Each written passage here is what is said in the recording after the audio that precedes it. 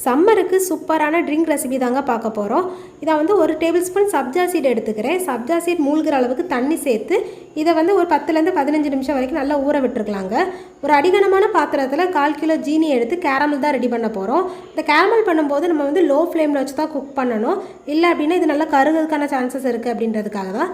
இதை வச்சுக்கிட்டு சைடில் வந்து நான் இதுக்கு தேவையான பால் எடுத்து வச்சுக்கலாம். நான் வந்து 1 லிட்டர் தண்ணி சேர்க்காத பால் எடுத்துக்கிறேன். ஒரு ஃப்ளேவருக்கு வந்து கொஞ்சமாக ஏலக்காய் பவுடர் எடுத்துக்கிறேன்.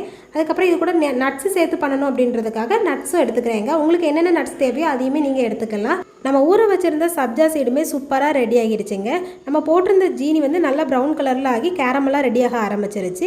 இந்த ஜீனி நல்லா கரைஞ்சதுக்கப்புறமா இது கூட நம்ம தண்ணி சேர்க்கணும். அதுக்காக நம்ம கொஞ்சமாக கொதிக்கிற வெந்நியுமே சைடில் ரெடி பண்ணி வச்சுக்கலாம்.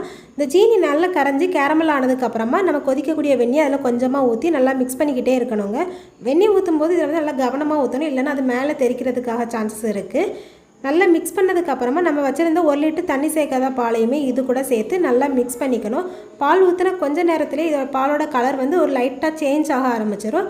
பாலும் கேரமலும் நல்லாவே மிக்ஸ் ஆகிக்கணுங்க.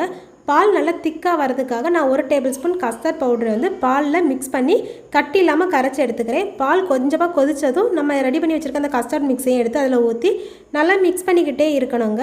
இதை வந்து கொஞ்சம் நேரத்துக்கு ஒருக்க மிக்ஸ் பண்ணிக்கிட்டே இருக்கணும், இல்லைன்னா அந்த கஸ்டர்ட் பவுடர் வந்து ஃபுல்லாக கீழே போய் ஸ்டே ஆகிடும், கட்டியாக ஆரம்பிச்சிடும். அதனால இதை மிக்ஸ் பண்ணிக்கிட்டே இருக்கணும். ஃப்ளேவருக்காக நம்ம வச்சுருந்த ஏலக்காய் பவுடருமே இதில் சேர்த்துக்கிறேங்க. இது வந்து கிட்டத்தட்ட ஒரு 10லேருந்து 15 நிமிஷம் வரைக்கும் நல்லா மிக்ஸ் பண்ணிக்கிட்டே இருந்தோம் அப்படின்னா இந்த பால் வந்து நல்லா திக்காக ஆரம்பிச்சிடும்.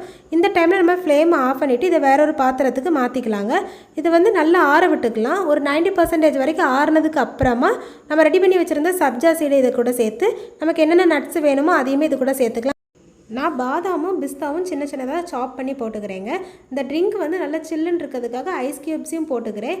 இப்போ சூப்பரான இந்த பால் சர்பத்து நமக்கு ரெடி ஆயிருங்க. இது வந்து டிஃப்ரெண்ட்டாக இருக்குது, ரொம்பவே டேஸ்ட்டுமே செம்மையாக இருக்குது. இந்த கேரமெல்லாம் இதில் ரெடி பண்ணி ஊற்றுறனால டேஸ்ட்டு சூப்பராகவே இருக்குது. நீங்கள் உங்கள் வீட்டில் இதை ட்ரை பண்ணி பார்த்துட்டு எப்படி இருக்குது அப்படின்றத கமெண்ட்டில் மறக்காமல் சொல்லிடுங்க. என்னோட இந்த வீடியோ உங்களுக்கு பிடிச்சிருந்துச்சு அப்படின்னா உங்கள் ஃப்ரெண்ட்ஸ் அண்ட் ஃபேமிலிக்கு ஷேர் பண்ணிக்கோங்க, அப்படியே லைக்கையும் போட்டுக்கோங்க. மறக்காமல் நம்ம சேனலை சப்ஸ்கிரைப் பண்ணிக்கோங்க. நாளைக்கு வேறொரு வீடியோவில் சந்திக்கலாம். பை.